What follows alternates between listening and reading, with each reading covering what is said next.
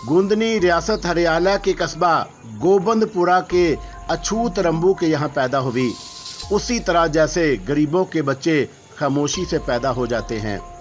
रात गए जब रंबू चर्च के नशे में धुत देवरी में पड़ा था और रसीली के दर्द उठा। घर में और कोई नहीं था और शदीद तकलीफ के आलम में उसने रंबू को झंझोड़ कर उठाने की कोशिश की, लेकिन रंबू तो उस वक्त अंदर सभा में बैठा दम लगा रहा था। वो आंखें बंद किए मुस्कुराने के सिवा और कुछ ना कर सका। हाँ, मैं तुम्हें बेहद चाहता हूँ, यशोनत पाल ने जवाब दिया। तो फिर ठीक है ना, मुझे रानी बना लीजिए। क्या ज़रूरी है कि अजीत पाल मुझसे विवाह करे? क्या मैं आपके काबिल नहीं हूँ महाराज? तुम बहुत सुंदर हो कमल कुमारी, मैं तुम्हें रानी बनाऊंगा। यशोनत पाल की भराई हुई आवाज़ उभरी। सोच ले महाराज, कहीं ऐसा ना हो कि आप अपनी बात से फिर जाएं। नहीं, मैं तुम्हें रानी बनाऊंगा, राजा यशोनत बदस्तूर भराई हुई आवाज़ में बोला। बस तो इस बात को याद रखें। हाँ, मैं याद रखूंगा। अजीत पाल आए तो उसे साफ साफ कह दें कि आप मुझसे विवाह करना चाहते हैं महाराज, यही एक उपाय है, इसके अलावा कुछ नहीं। ठीक है, मैं तुमसे विवाह करूंगा, यशोनत बोला, पर अभी नहीं, पहले अजीत पाल आ जाए, कुछ समय गुजर जाने दें। आप तैयारियां भी तो करेंगे। और हाँ, दीवान किरणदास भी यही बात कह दें कि मैं बहुत सुंदर हूँ और आपके मन में मेरा प्रेम जाग उठा है। मैं उससे यही बात कहूँगा, यशोनत पाल ने कहा। बस तो ठीक है, अब आप मेरे प्रेम में जिएंगे और प्रेम में मरेंगे। अपने स्वार्थ संसार के किसी आदमी मिनश को आप मुझ पर काबू नहीं पाने देंगे, चाहे वो आपका बेटा ही क्यों ना हो। ऐसा ही होगा, यशोनत पाल ने कहा। अभी दीवान भी अंदर आ जाएंगे, आप उन्हें बुला लें और फिर मुझसे दूसरी बातें करते रहेंगे। बाद में उन्हें अपने मन का भेद बता सकते हैं। मैं ऐसा ही करूंगा, यशोनत पाल ने कहा। बस तो ठीक है, दीवान जी को आवाज़ दें, बाहर ही खड़े होंगे, कमल ने कहा और यशोनत अपने आप उठ गया। दीवान किरणदास उस दरवाजे से थोड़े ही फासले पर पहरेदारों से कुछ गुफ्तगू कर रहा था। उसे देखकर वो मुअद्दब खड़ा हो गया। आ जाओ किरणदास, अंदर आ जाओ, यशोनत पाल ने कहा और किरणदास अंदर दाखिल हो गया। यशोनत पाल के चेहरे पर गहरी गंभीरगी थी। तब किरणदास ने कमल को देखा जो मुस्कुरा रही थी और फिर यशोनत पाल की जानब। क्या तय हुआ महाराज? किरणदास ने पूछा। मैं इस सिलसिले में तुमसे फिर बात करूंगा किरणदास, हमें आज्ञा दो कमल रानी, यशोनत पाल ने कहा। क्या नहीं समझे? लोग आपके बारे में ये बात क्यों कहेंगे कि शादी में आप कुमार जीत पाल की कर रहे हैं? क्या बकवास करते हो? कमल हमारी पसंद है और वो खुद भी हमसे शादी के लिए तैयार है, महाराज ने कहा। और किरणदास को खदशा हो गया कि कहीं वो पागल ना हो जाए। वो पागलों के से अंदाज में महाराज को देख रहा था। ये अल्फाज उसकी अकल में नहीं आ रहे थे। महाराज, मगर आप तो कह रहे थे कि अजीत पाल वो हमारा बेटा है और हम उसके पिता। जिस लड़की को हम पसंद करते हैं वो उसे कैसे पसंद कर सकता है? कमल से शादी हम करेंगे, मगर अजीत पाल जी, इसलिए तो कह रहे हैं कि उसके आने से पहले सारी उलझनें खत्म कर लो। हम उसे समझा लेंगे, बस हम जो कह रहे हैं वैसा ही करो, यशोनत पाल ने कहा और किरणदास ने गर्दन हिला दी। मगर बात उसकी अकल से बाहर थी।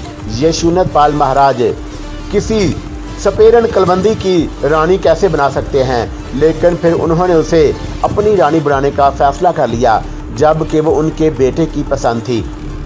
बहरहाल राजा यशोनत पाल था वो भी, चुनाचा कोमल कुमारी को स्वामी कृष्ण पाल जी के हाँ पहुंचा दिया गया। मासूम लड़की से जो कुछ कहा जा रहा था वही कर रही थी, लेकिन रास्ते में किरणदास जी उससे सवाल कर ही बैठे। अपनी जान बचानी मकसूद थी, इसलिए उन्होंने बड़ी आर्जी से कमल से पूछा, कुमारी जी एक बात पूछो, क्या आपको मालूम है कि आप कलबंदी की रानी बनने वाली हैं? हाँ महाराज, यशोनत पाल यही कह रहे थे। लेकिन कुमारी जी, आपको क्या ये भी मालूम है कि आपका विवाह अजीत पाल से नहीं बल्कि यशोनत पाल जी से हो रहा है? किरणदास ने कहा। यशोनत पाल जी ने यह भी बताया था। आप तैयार हो गए? हम कर भी कह सकते हैं किरणदास जी, हम तो इन लोगों के हाथों खिलौना है।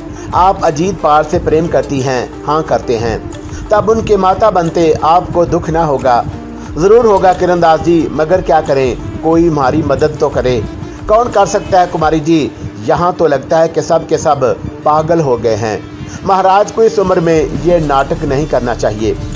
आप हमारी कुछ मदद कर सकते हैं किरण दास जी? मैं बेचारा भला क्या कर सकूंगा? अव्वल तो मैंने मालकों का नमक खाया है, दूसरी बात यह कि मुझे कुछ करके अपनी जान थोड़ी गंवानी है।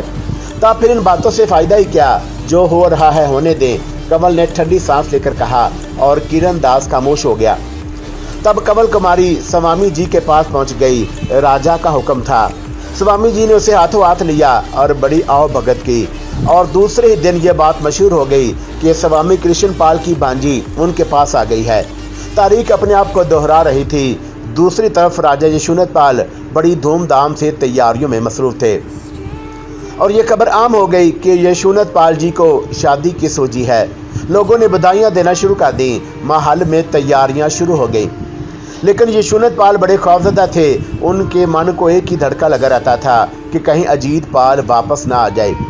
उनकी ख्वाहिश थी कि जल्द अज जल्द ये शादी हो जाए और इस सिलसिले में वो एक के बाद दूसरा मरहला तय कर रहे थे। कृष्णपाल जी के यहाँ लगन गई, मुहूर्त हुई और तीसरा दिन तय कर लिया गया। तब महाराज ने आम ऐलान कर दिया, लेकिन उनका दिल अब भी धार धार कर रहा था। ये 3 दिन काटने मुश्किल थे। एक लम्हा सदियां बन गया था। दूसरा दिन गुजर गया और रात हो गई। लोग सुनते थे और हंसते थे, लेकिन खुलकर कोई नहीं हंसता था कि कहीं जान पर ना बन जाए। अब सिर्फ एक रात बाकी थी। दूसरे दिन ये धड़का भी दूर हो जाएगा, वो सोच रहे थे। लेकिन होनी होकर रहती है, होनी को कौन टाल सकता है। इस वक्त वो अपनी रामगाह में घड़ियां गिन रहे थे कि दरवाजा खुला और कोई उनसे पूछे बगैर अंदर आ गया। महाराज चौंक पड़े थे। उन्होंने गुस्सीले अंदाज में आने वाले को देखा और उनकी सांस रुक गई। वो अजीत पाल था। तुम वापस आ गए अजीत पाल। अच्छा हुआ मेरे बेटे, अच्छा हुआ तुम। कमल कहाँ है? जीत पाल ने रुक कर कहा और उसका लहजा बेहद कौनखवार था। राजा यशोनतपाल के दिल की हालत अजीब हो रही थी। खौफ से उनका बदन थर थर कांप रहा था। हालांकि वो राजा थे, लेकिन ऐसा जुर्म कर रहे थे जिसका खुद उन्हें शिद्दत से एहसास था। इस दौरान भी जब वो कमल से शादी करने की तैयारियां कर रहे थे, उन्हें ये एहसास था। एक एक बात याद थी उन्हें। वो जानते थे कि राजकुमार अजीत पाल कमल से प्यार करता है। उसने यशोनतपाल से उस बारे में बात भी की थी और यशोनतपाल ने उसे चालाकी से टालने की कोशिश की थी, ताकि उसके जाने के बाद वो इस चालाक सपेरन की खबर ले सके जिसने राजकुमार पर डोरी डालकर महलों में आने के ख्वाब देखे थे। लेकिन जब वो उसके सामने गया तो उसे ना जाने क्या हो गया। हाँ, ना जाने क्या, वरना यशोनतपाल रख रखाव का आदमी था। अपनी राजधानी में वो इज्जत की निगाह से देखा जाता था। लेकिन आज उसका बेटा उसके सामने खड़ा था और उसकी आंखों में शदीद नफरत के आसार थे। आपकी खामोशी इन नफरत अंगेज बातों की तस्दीक कर रही है पिताजी, जो मेरे कानों ने सुनी हैं। जीतपाल की आवाज उभरी। बैठो तो अजीतपाल, ना खैर ना खबर, कैसी बातें करने लगे हो एकदम से। और हाँ, शादी में हो आए। पिताजी, आप मेरी बात का जवाब दे। सिर्फ कौन सी बात है? यशोनतपाल उससे निगाहें चुराने लगा।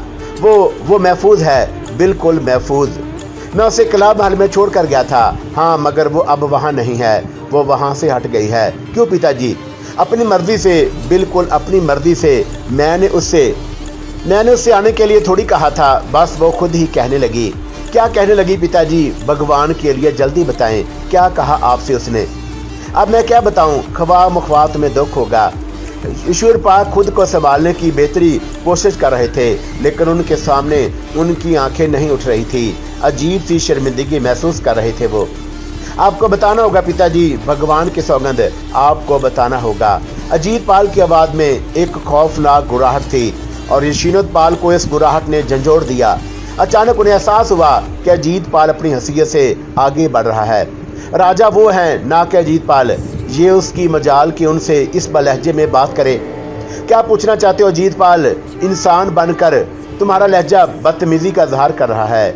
कमल कहाँ है पिताजी? वो कला महल से हट गई, वो अपनी मर्जी से गई है। तुम्हारे पीछे मैं उसे मिलने गया था। और अब क्या चाहती है? तब उसने मुझसे तुम्हारी शिकायत की और कहा कि तुमने उसे दरिया से निकाला था और फिर कला महल में डाल दिया। उसने मुझसे इल्तिजा की कि उसे इसकी कैद से निकाला जाए और आपने उसे निकाल लिया। अजीत पाल, हाँ निकाल लिया, मैं किसी पर अन्याय बर्दाश्त नहीं करता, यशूनत पाल ने कहा। और मैंने तो सुना है कि आप खुद उससे विवाह कर रहे हैं, मेरी महबूबा को मेरी माँ बना रहे हैं, क्या ये सच है? अब तुम्हें उसके लिए महबूबा का लफ्ज़ नहीं इस्तेमाल करना चाहिए, क्योंकि तुम्हें मालूम हो चुका है कि वो तुम्हारी माता बनने वाली है। क्या ये मेरे साथ अन्याय नहीं है पिताजी? आखिर कौन हूँ? भगवान की सौगंध मैं उसे बहुत चाहता हूँ और मैं उसके बगैर जी नहीं सकता। तो मर जाओ, अब तुम्हें उस माता समान स्वीकार करना होगा। कान खोल कर सुन लो, वो बहुत जल्द रानी बनने वाली है। मैं उसे विवाह का फैसला कर चुका हूँ, ख्वाह कुछ भी हो जाए मैं उसी से विवाह करूँगा। ऐसे नहीं मरूंगा। अगर संसार में एक अनोखी शय संसार में आ रही है तो मैं उसे कैसे रोक सकता हूँ? महाराज, मेरे जीवन में कम से कम ये मुमकिन नहीं है। क्या मुमकिन नहीं? यही कि आप कमल के पति बन जाएं। अगर आप बेटे को भूल गए हैं तो मैं भी अपने पिता को भूल जाऊंगा। क्या करोगे तुम? जवाब दो, क्या करोगे? मैं हद से बढ़ने वालों को जीता नहीं छोड़ता। तुम अजीत पाल हो या कोई भी हो, कमल मेरी है और मैं उसे जरूर शादी करूंगा। तुमसे जो कुछ किया जा सकता है कर लो। दूर हो जाओ मेरी निगाह से, मैं अब तुम्हारी शक्ल भी नहीं देखना चाहता, राजा यशूनत पाल ने कहा। और अजीत पाल गुस्से में पांव पटकता हुआ बाहर निकल गया। उसके तन बदन में आग लग गई थी। उसके तस्वर में भी नहीं था कि एक दिन राजा यशूनत पाल, उसके मोहब्बत करने वाला बाप, इतना बदल जाएगा। वो सोच भी नहीं सकता था, लेकिन तकदीर शायद उसके खिलाफ हो गई थी और उस अजीज दोस्त जगराज से उसे छोड़कर रूपोश हो गया था। न जाने उसने जगराज को तलाश करने की लाख कोशिश की थी और उनका कोई पता नहीं चल सका था। जगराज की गुमशुदगी से वह सख्त अज़ुर्दा था और ये बात वो ही जानता था कि वो बात दिल को ना लगने की वजह से वो जल्दी चला आया था। अगर वो ना आता तो ना जाने क्या हो चुका होता। लेकिन अब पिताजी ने उसके बारे में कमल को कहाँ छुपा रखा है। वो अपने कमरे में आ गया। किसी को चैन नहीं था। कमल का किसे पूछे और किससे उसके बारे में मालूम करे। उसने आने से कबल वो कला महल गया था ताकि कमल से मुलाकात के बाद अपने महल जाए, लेकिन कमल वहाँ मौजूद नहीं थी। कला महल भी बदला हुआ था। यहाँ उसका एक और मुठ लग दीपचंद ने उसे हैरत अंगेज वबा से आगाह किया था। उसने कहा था, कमल रानी तो यहाँ से चली गई। कहाँ? उसने चौंक कर पूछा। ये तो नहीं मालूम। दूसरे लोग कहाँ चले गए? तुम लोग यहाँ कब आए? कई दिन गुजर गए, लेकिन क्यों चली गई वो आखिर? मैं परेशान हूँ दीपचंद। छोटा मुंह बड़ी बात हो जाएगी सरकार। कमल रानी की शादी हो रही है। क्या? कौन कर रहा है तैयारियां? महाराज यशूनत पाल बहुत खुश हैं। वो सारी राजधानी हैरान है। महाराज को इस उम्र में शादी की क्यों सूझी? पागल हो गया है क्या दीपचंद? तेरा दिमाग खराब हो गया है? जो सुन रहा है पागल हो रहा है सरकार। मैं ही क्या? दीपचंद ने कहा, कमल की शादी मेरे साथ होगी। हुई तो आपके साथ जानी चाहिए थी राजकुमार, पर होने को कौन रोक सकता है? उनकी शादी यशूनत पाल जी के साथ हो रही है। अजीत पाल अकल ने काम करना छोड़ दिया है। वो दीवानों की तरह कला महल से निकल आया। ये बात किसी तरह दिल में नहीं उतरती थी। यशूनत पाल को उसके दिल का हाल ना मालूम होता तो दूसरी बात थी। धोखे में ये सब कैसे हो सकता है, लेकिन जानबूझकर ये कैसे मुमकिन है? यशूनत पाल उसे बहुत चाहता है। वो बीमार हो गया था। यशूनत पाल सख्त परेशान हो गया था। तो क्या उसे यह एहसास नहीं होगा? नहीं, ये खबर झूठ है, बिल्कुल गलत है। ऐसा किसी तौर मुमकिन नहीं। वो राजमहल दौड़ा आया था, लेकिन यहाँ आकर जो कुछ हुआ था अब उसके सामने आ गया था। अपने कमरे में आकर वो पागलों की तरह सर नोचने लगा। कैसे यकीन कर लूं क्या हो गया है पिताजी को? अगर ये दुरुस्त है तो हाँ, अब क्या रह गया है? अब तो ये बात दुरुस्त ही है। ये हरगिज नहीं, ये नहीं हो सकता। मैं हत्या कर दूंगा किसी की, मैं हत्या कर दूंगा। किरण दास जी वो हारता हुआ बाहर निकल आया। मुलाजिम दीवान किरण दास को बुलाने दौड़ पड़े। थोड़ी देर बाद किरण दास राजकुमार अजीत पाल के सामने पहुंच गए। उन्होंने देखा अजीत पाल की आंखें खून की तरह सुर्ख हो गई थी। दीवान किरण दास जानते थे कि अगर अजीत पाल वक्त से पहले आ गया तो बहुत ही मुश्किलात पेश आएंगी और बाद में सूरत हाल बेहतर ना होगी। वो रियासत का नमकख्वार था और इस सूरत हाल से बहुत उलझा हुआ था। अजीत पाल की यकफियत देखकर वह सख्त परेशान हो गया। आपने बुलाया राजकुमार? हाँ किरण दास जी, आज्ञा दें, तुमसे कुछ पूछना है। दास हाजिर है। क्या पिताजी विवाह कर रहे हैं? हाँ। किससे? एक देवी हैं, कमल रानी के नाम से मशहूर हैं। पहले कला महल में रहती थी। किरण दास ने जवाब दिया। वो बहुत ही संभल कर गुफ्तगू कर रहा था। और अब भी वहीं रहती हैं। किरण दास को अपनी जान बचाना भी जरूरी थी। नहीं, अब वो वहाँ नहीं है तो कहीं और होंगी। पर बात क्या है महाराज? किरण दास ने पूछा। बात तुम्हें नहीं मालूम किरण दास जी? ये कैसे मुमकिन है? अजीत पाल गुड़ाई हुई आवाज में बोला। कुछ मालूम भी है और कुछ मालूम नहीं महाराज, लेकिन जो कुछ आपने सुना वो दुरुस्त है। आपके जाने के बाद महाराज मुझे लेकर कला महल गए। वहाँ उन्होंने कमल जी से मुलाकात की और फिर कमल जी से उनकी बात तय हो गई। उसके बाद महाराज ने मुझसे कहा कि वो कमल जी से शादी कर रहे हैं, बस तैयारियां कर लूं। तो सुन ले किरण दास जी, महाराज को समझाएं, बात इतनी मामूली नहीं है। मैं कमल को मन से चाहता हूँ। मैं उसके बिना जीने का तस्वर भी नहीं कर सकता। जाने से पहले मैंने पिताजी को ये बात बता दी थी, मगर अब सोचता हूँ कि पिताजी ने एक सोचे समझे मंसूबे के तहत मुझे भेजा था और मेरे पीछे वो ये गुल खिला बैठे।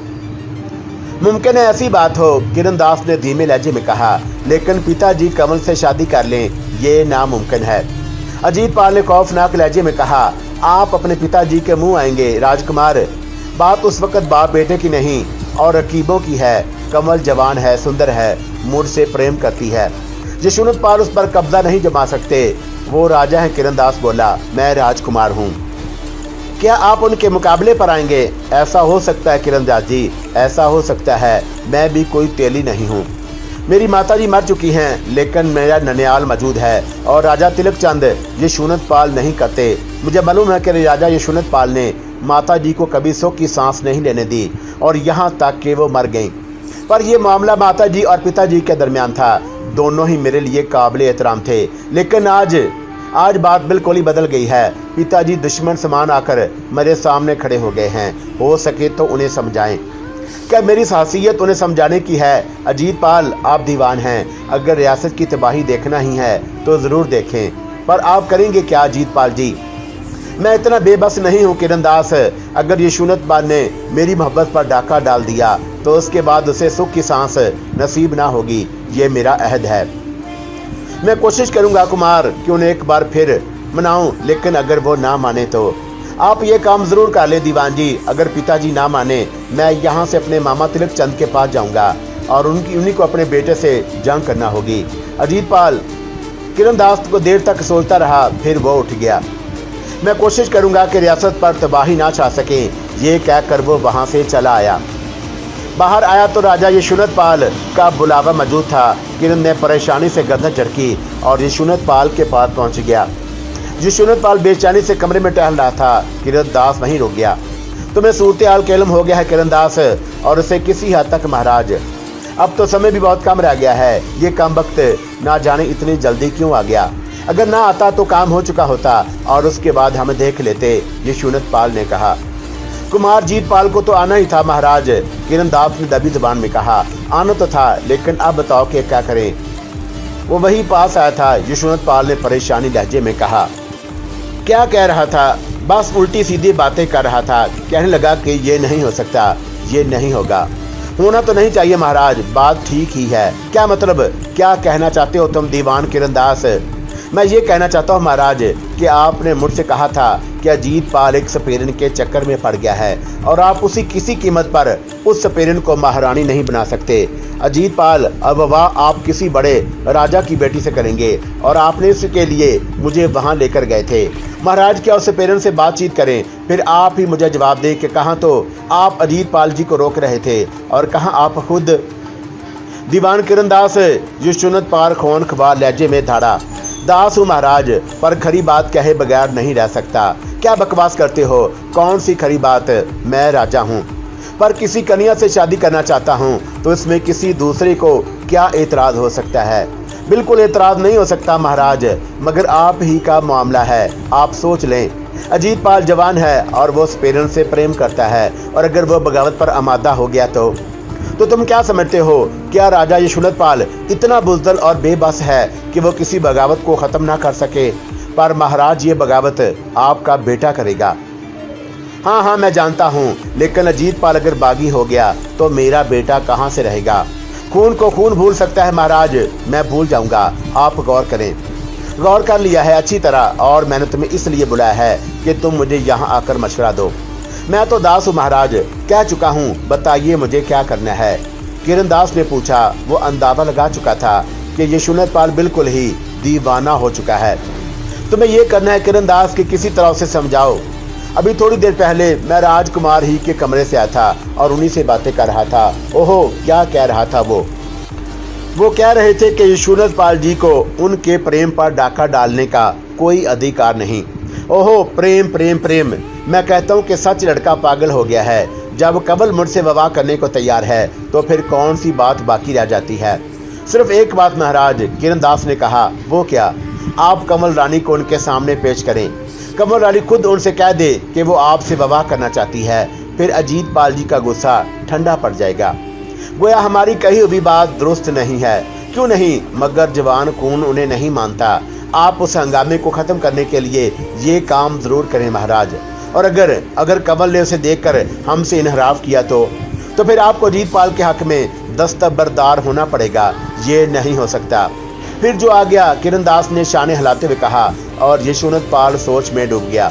देर तक वह सोचता रहा, फिर उसने कहा, उसके अलावा तुम और कोई उपाय नहीं कर सकते? मेरी समझ में कुछ और नहीं आता। अब एक काम करो किरणदास। आ गया महाराज। बिल्कुल खुफिया तौर पर हमारी कमल से मुलाकात कराने का बंदोबस्त करो। ये काम तुम्हें करना है। ऐसा करो कि रात को उसे बरखा बाग में ले आओ। हम उसे गुफ्तगू करके कोई फैसला करने की कोशिश करेंगे। ये ठीक है महाराज। किरणदास किसी कदर मुतमिन हो गया। वो बेचारा नमक ख्वार था। वो रियासत की बेहतरी चाहता था, लेकिन हालात उसके काबू से बाहर थे। एक बाप था, दूसरा बेटा किसे समझाता। रात को कमल बरखा बाग में पहुंच गई। बाल बाल मोती पड़े हुए थे और चांदनी रात में बेहद हसीन नजर आ रही थी। यशोनतपाल ने उसे देखा और बेखुद हो गया। उस पर तो अब कमल के इश्क का भूत सवार था। कमल मुस्कुराती हुए सामने आई और एक अदा से दोनों हाथ जोड़कर उसे प्रणाम किया। कैसी हो कमल? राजा की राजधानी में बहुत खुश हूँ, वो अवील लहजे में बोली। कोई तकलीफ तो नहीं? जब राज प्रेमी का हो तो तकलीफ कैसे हो सकती है? हमें खुशी हुई। आप कैसे हैं महाराज? खुश नहीं हूँ कमल। क्यों? खटनों में पड़ गए हैं। क्या खटना है? अजीत पाल वापस आ गया है। ओहो, वो आहिस्ता से बोली। फिर वो तुमसे विवाह के खिलाफ है। क्यों? तुम जानती हो कमल, मुझसे प्रेम। हाँ, हम वाकई परेशान हैं। वो किसी तौर मान ही नहीं रहा। अब तुम बताओ कमल, हमें क्या करना चाहिए? महाराज, राजाओं पर तो बड़ी बड़ी घटनाएं आती हैं। देश चलाना मामूली बात तो नहीं। और अगर एक इतना बड़ा राजा इतनी सी बात के लिए परेशान हो जाए तो क्या ताज्जुब की बात नहीं? नहीं, ये बात नहीं है कमल।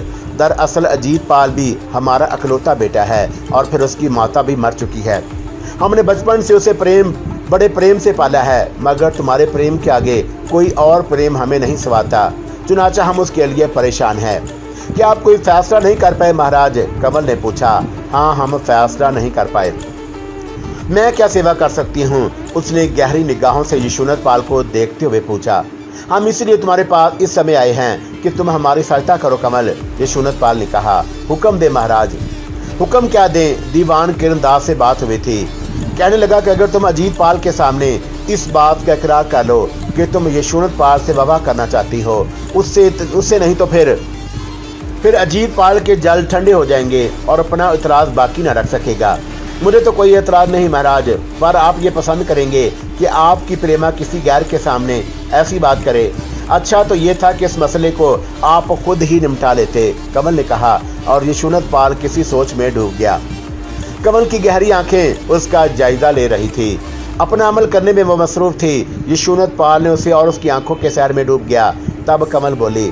महाराज, राजाओं और प्रेम पार्वतियों को तो यही रहा है कि संसार में प्रेम नाटक इतने बिखरे हुए हैं कि हम उनकी तादाद भी याद नहीं रखते। और महाराज, हर किसी का कहना अंदर एक अनोखा मोड़ लिए हुए है। प्रेमियों ने तो इसलिए जो कुछ छोड़ दिया है उसके बारे में ये सब कुछ नहीं मालूम आपको। हम नहीं समझे कमल। तो यूं समझे महाराज, तुम ही समझा दो। हमें कुछ समझ में नहीं आ रहा, यशोनतपाल ने कहा। प्रेम में हर चीज जायज होती है। उस समय अजनबी आपका बेटा नहीं, आपका रकीब है। और रकीबों के साथ क्या सलूक किया जा सकता है वो आपको भी मालूम होगा। अगर आप उस जंग में किसी राजा से मुकाबला करें तो क्या आप अपने बचाव के लिए हर वो इक़दाम नहीं करेंगे जो आपके लिए बेहतर होगा? अवश्य करेंगे, यशोनतपाल ने जवाब दिया। तो फिर इस सिलसिले में मुझसे पूछने की क्या जरूरत है? यशवंत पाल नागन के शहर में मुकम्मल तौर पर गिरफ्तार हो गया और उसकी आंखें गुस्से से चमक उठी। फिर उसने गर्दन हिलाई। ठीक है कमल, हमसे भूल हो गई। इस सिलसिले में मैं तुम्हारे पास हमें नहीं आना चाहिए था। ये काम हम खुद निपटा सकते हैं। आप आगे हैं महाराज, मेरे भाग, पर इतनी सी बात के लिए परेशान ना हुआ करें। मैं क्या सोचूंगी आपके बारे में। ठीक कहते हैं। अच्छा अब हमें आज्ञा दो, बैठेंगे नहीं कुछ देर? कमल ने दिलनवाज लहजे के साथ कहा। अब तो सारा जीवन तुम्हारे चरणों में बीतेगा। अब नहीं बैठूंगा। अब तो बहुत समय कम रह गया है। हमारा विवाह समय पर होगा और उससे पहले क्या महाराज? इससे पहले मुझे अजीत पाल का खेल खत्म भी तो करना है। ओहो ये बात है। कमल मुस्कुराने लगी। हाँ समझ आ गया दो। भगवान रक्षा करे, कमल ने मुस्कुराते हुए कहा। यशवंत पाल भी मुस्कुराता हुआ उसके पास से चल दिया। अब उसके दिल में अजीत पाल के लिए नफरत ही नफरत भरी हुई थी और उसके दिल में खौफनाक मंसूबे परवरिश पा रहे थे। ये मंसूबे उसके अपने नहीं थे, बल्कि ये उन नागन का जहर था जो उसके वजूद में सरायत कर रहा था। बाग के बाहर दीवान किरण दास भेद बदले हुए मौजूद था। उसने घोड़े से उतरकर यशवंत पाल का स्वागत किया। चलो किरण दास, यशवंत पाल ने कहा और घोड़े पर तैयार हो गया। रास्ते में किरण दास को कुछ पूछने की हिम्मत न हुई। थोड़ी देर के बाद वह दोनों महल में दाखिल हो गए और यशवंत पाल ने उसे अपने कमरे खास में आने के लिए कहा। किरण दास सख्त बेचैनी का शिकार था और वह उसके साथ ही कमरे में दाखिल हो गया। कमल से हमारी बात हुई है किरण दास? जी महाराज। हम उसे अजीत पाल के सामने लाना मुनासिब नहीं समझते। ओहो क्यों महाराज? तुम समझने की कोशिश क्यों नहीं करते किरण दास? वो कन्या है। अजीत पाल ने उसे उस नदी से निकालकर उस पर एहसान किया था। वो कैसे उसका सामना कर सकती है? उसने इनकार कर दिया महाराज। किरण दास ने गहरी निगाहों से यशवंत पाल को देखा। उसने इनकार नहीं किया। क्या खुद हमें शर्म आ गई? वो क्यों? वो हमारी होने वाली पत्नी है। हम उसे विवाह करने का पक्का फैसला कर चुके हैं। ये सारी बातें क्या हैसियत रखती हैं? हम दोनों एक दूसरे को मन से चाहते हैं, पर कोई दूसरा हमारे बीच क्यों आए? लेकिन अजीत पाल वो बागी है किरण दास और रियासत के दीवान होने के नाते ये जिम्मेदारी आपकी है कि आप बागी के लिए सही फैसला कर सके। महाराज, किरण दास हैरत से बोले। बागी की सजा मौत होती है किरण दास, पर महाराज अजीत पाल राजकुमार है, राजा नहीं है। और अगर राजा नहीं और राजा से बगावत पर आमादा है तो बागी है और मैं उसके लिए मौत का हुक्म देता हूँ। दीवान किरण दास, लेकिन तुम्हें निहायत होशियारी से ये काम करना है। हम रियासत में किसी किस्म की बदअमनी नहीं चाहते। ये आप क्या कह रहे हैं महाराज? जो कुछ कह रहे हैं पूरे होशो हवास से कह रहे हैं। बागी अजीत पाल को सदाए मौत दे दी जाए। तुम उसे लेकर ढूंढ के इलाके में चले जाओ और वहां जाकर उसे कत्ल कर दो। ये राजा यशवंत पाल का हुक्म है। क्षमा कर दे महाराज, राजकुमार को क्षमा कर दें। मैं उसे समझाऊंगा। मैं उसे इस बात पर आमादा कर लूंगा कि वो आपकी मुखालफत तर्क कर दे। दीवान किरण दास, तुम राजनीति में दखल दे रहे हो। क्या राजा का हुक्म अब इतना बेवकूफ हो गया है कि तुम उसे मान नहीं सकते? यशवंत पाल ने गुराए हुए लहजे में कहा और किरण दास ने गर्दन झुका दी। जो आ गया महाराज। हमें वापस आकर अजीत पाल की मौत की इतला दो ताकि हम सुकून से कमल रानी को अपने महल में खुश आमदीद कह सके। राजा यशवंत पाल बेरहमी से बोला और किरण दास लड़ता हुआ उसके कमरे से निकल गया। ऐसा तो कभी ना देखा था ना सुना था। चंद दिन पहले यही राजा यशवंत पाल अजीत पाल की बीमारी से इतना परेशान था कि उसकी जान पर बन गई थी।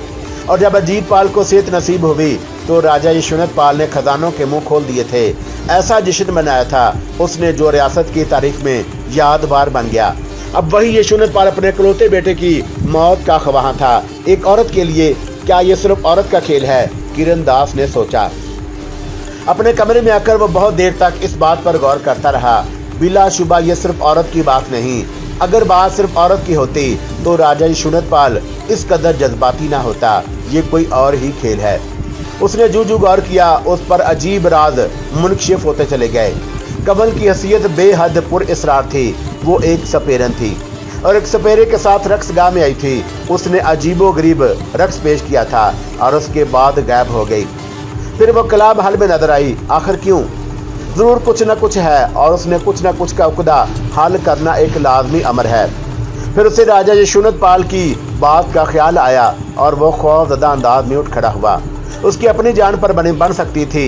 यशवंत पाल अगर किसी शहर का शिकार हो गया है तो वो शहर खुद किरण दास की भी जान ले सकता है। लेकिन अजीत पाल का कत्ल किरण दास सोच भी नहीं सकता था। वो खुद बूढ़ा और बाल बच्चों वाला आदमी था। चुनाचा जवान साल अजीत पाल की मौत उसे बिल्कुल पसंद नहीं आई, लेकिन राजा का हुक्म मानना भी जरूरी था। चंद लम्हों बाद किरणदास अपने कमरे से निकल आया और अपने चंद खास मोतबरों के पास पहुंच गया और उसने उन्हें आहिस्ता से लहजे में कुछ समझाया और उसके मोतबरे खास बाहर निकल गए। तब किरणदास अजीत पाल के पास पहुंच गया। अजीत पाल अपने कमरे में परेशान बैठा हुआ था, हालांकि काफी रात बीत चुकी थी। किरणदास को देखकर उसने चौंक कर गर्दन उठाई और उसके होंठों पर तंज या मुस्कुराहट फैल गई। जी किरणदास जी, महाराज का क्या हुक्म है? उसने पूछा। कुछ नहीं अजीत पाल जी, मैं आपके लिए कुछ खास बातें करना चाहता हूँ। तो करें, क्या आप मेरे साथ आना पसंद करेंगे? कहाँ? कला महल, किरणदास ने जवाब दिया। क्यों, वहाँ क्यों? मैं कमल कुमारी को वहाँ पहुँचा कर आया हूँ। कला महल? अजीत पाल बेअख्तियार खड़ा हुआ। हाँ। क्या महाराज यशोनत पाल ने आज्ञा दे दी है? नहीं, ये काम मैंने खुद किया है। किरणदास मजरबाना अंदाज में बोला। ये झूठ उसे पसंद नहीं था, लेकिन अजीत पाल की जिंदगी बचाने के लिए ये जरूरी था। चुनाचा अजीत पाल तैयार हो गया। किरणदास भी उसके साथ था और उसके चारों साथी कहीं रूपोश हो गए थे। कला महल के रास्ते में अचानक एक खुली सी जगह पर गुजरते हुए 4 घाती अजीत पाल के घोड़े पर कूद पड़े और उन्होंने अजीत पाल को बेहोश कर दिया था।